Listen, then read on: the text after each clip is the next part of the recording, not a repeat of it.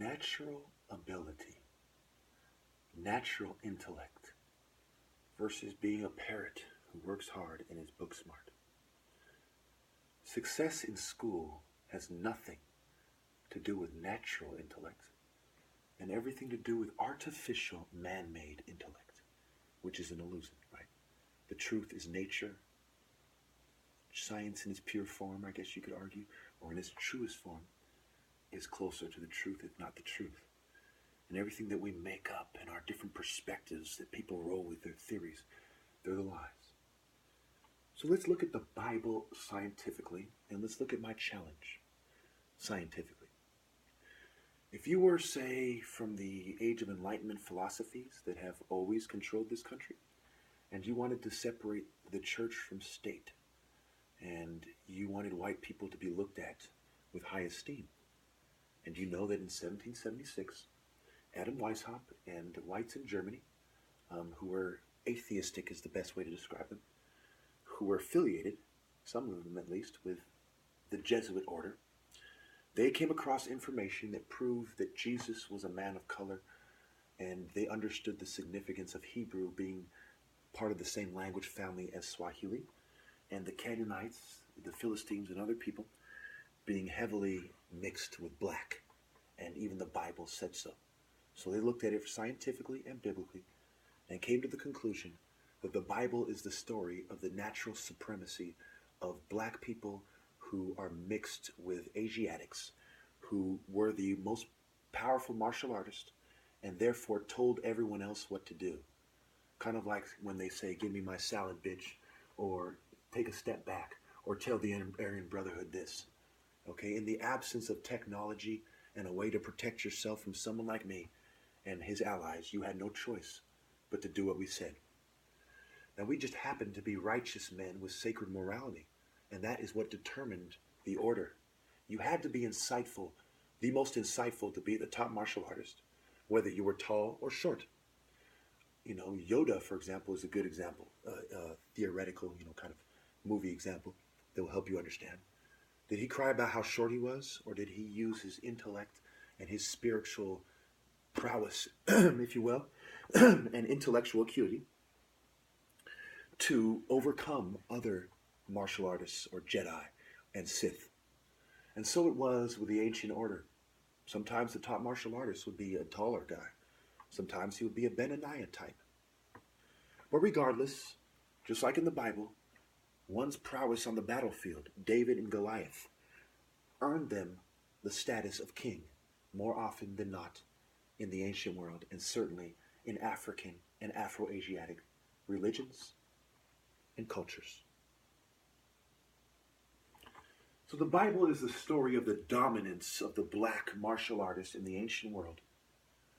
And the whites who seek to cover that up, whether they are scientists on the left or fake Christians on the right, have vested interest in controlling propaganda and perspectives, human perspectives on religion.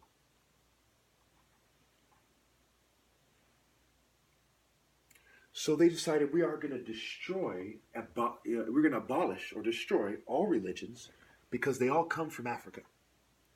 We are going to destroy inheritance. So one day, when we owe the slaves compensation, they can't say anything. Say, "Hey, we used you slaves to help build America, and we are not going to compensate you because there's no such thing as inheritance. We're working together to build a world order, and we don't owe anyone shit." That is their argument. So as they look at the Bible and they see that Samson had a great strength and David had great insight, and they start slowly but surely looking at the sun and battles like Jericho and how the sun fit in and how the sun blinded people, and the sunlight versus the moonlight, the light versus the darkness, and what happens when one walks in the light. Their skin gets darker and their eyes at times get thinner. So one way to look at it is the Afro-Asiatic alliance is the alliance of people who meditated in the sun, who bathed in the sun and studied the sun. And they naturally rose above the people who favored the moon.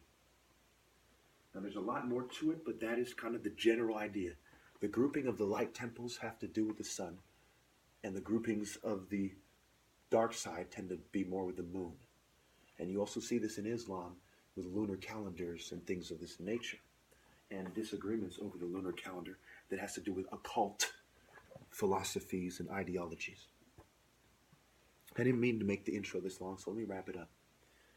To make a long story short, when you study the Bible scientifically, you come to the conclusion that people believe that God gives martial artists powers and to naturally dominate over other men for a reason, to build a natural order of the world. And those who are jealous and unhappy for whatever reason with the mayat, or the natural divine order of the world, seek to trick and cheat people. And the Bible also suggests that blacks from the tribe of Judah are the top martial artists when you do the math, the sacred math, one can say. So therefore, it is the white man's highest priority, one can argue, to deny me my rightful place. And it is every Christian and every good man's highest priority to give it to me, because that reflects the natural order. Thank you. In a country where white people go on and on about what they would do to terrorists, they make Crusader rifles and sell them in red states. Where liberals murder black babies with impunity, and the KKK not only used to be Democrats, but they were eugenicists that listened to Margaret Sanger. She had a speech just for them. The CIA, psychiatry, and eugenics were all founded by secret societies. And we know, I don't know about Rail, but we know that Galton, Truman, and Roosevelt, all those guys were Freemasons who were very proud of that fact. They're more proud of being Freemasons than being the president. We all know that the KKK are the first recognized terrorist group in America that is commonly, listen to me, that is commonly acknowledged as such. So not only were they terrorists, but we all agree. We know that COINTELPRO was being done by Hoover, who was a white racist who was homosexual. We know that Trump was partially elected by white gays, including that one guy who's like the symbolic leader of the far right or whatever, and with a very gay mannerisms if he's not gay. We know these things. So basically, America is saying that they don't negotiate with terrorists, while going on and on about how much they would kill terrorists if they ever come around, giving each other high fives for saying those things. But what are they doing while they're doing this? They're terrorizing me with the first and commonly known terrorist tactic, the KKK, the mob attacks that the new Black Panther Party talks about. It's on the end of that Paris song, The Night of the Long Knives. Mob attacks.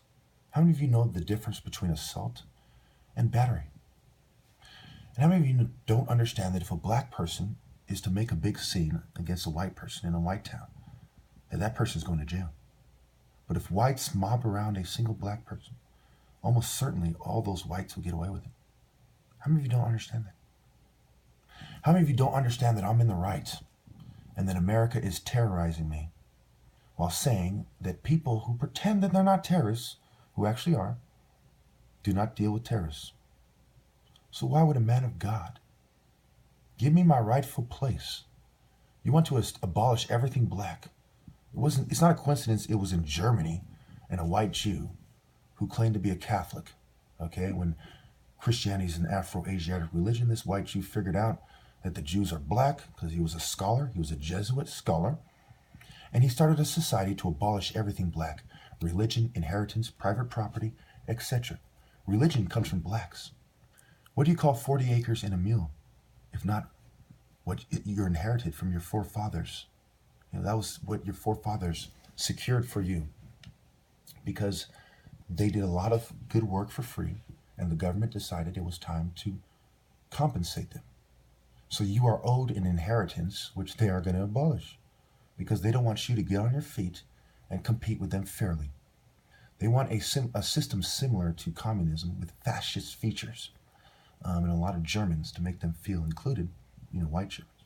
ruled by secret societies, where none of us have a fair shake, and every position of power is agreed upon by a council in a secret society in the deep state.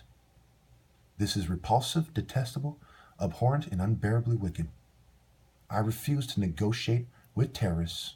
There will be no deals, and how dare you use KKK tactics on me in a small white town and use all the eugenicists from the left to help you. We are not friends, America. And if you keep this up, yes, I will start teaming up with your enemies. And it's because of what you're doing. You are terrorizing me, you are covertly drugging me, and I am sick every day as a result. And even so, you cannot beat me, and I have set a world record, and you do not acknowledge it because I am black and not in a secret society. This is not what I want for my people. I am a prince of the Igbos, and I command all my people to rise if they persist. Thank you.